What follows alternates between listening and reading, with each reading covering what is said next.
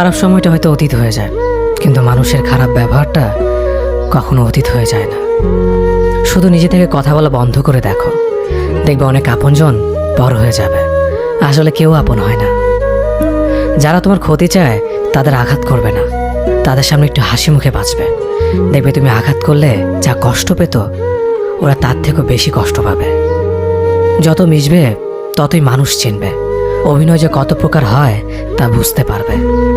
সবাইকে তোমার সত্যতা জানানোর দরকার নেই, যে যা ভাবে তা নিয়ে সমালোচনা করতে দাও।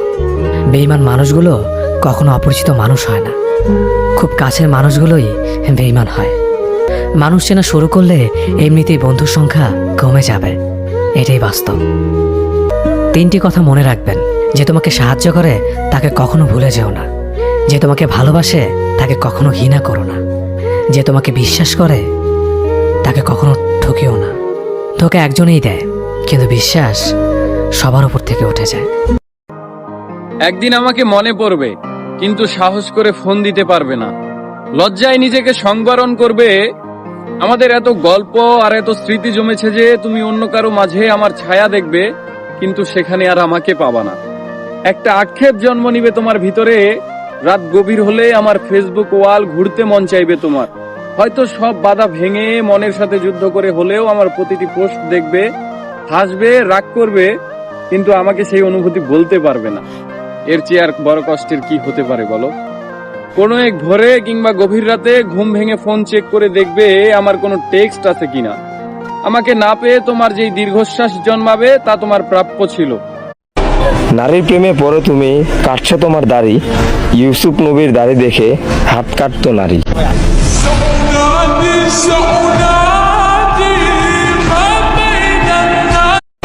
নারীর প্রেমে পড়ো তুমি, কাটছো তোমার দাড়ি। ইউসুফ নবীর দাড়ি দেখে হাত কাটতো নারী।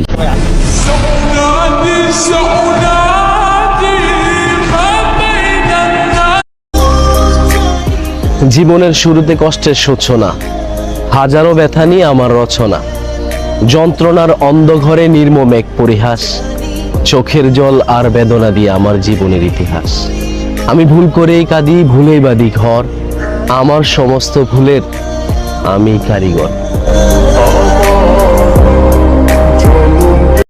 আমার মতো এত সুখী নয় তো কারো জীবন। কি আদর স্নেহ ভালোবাসা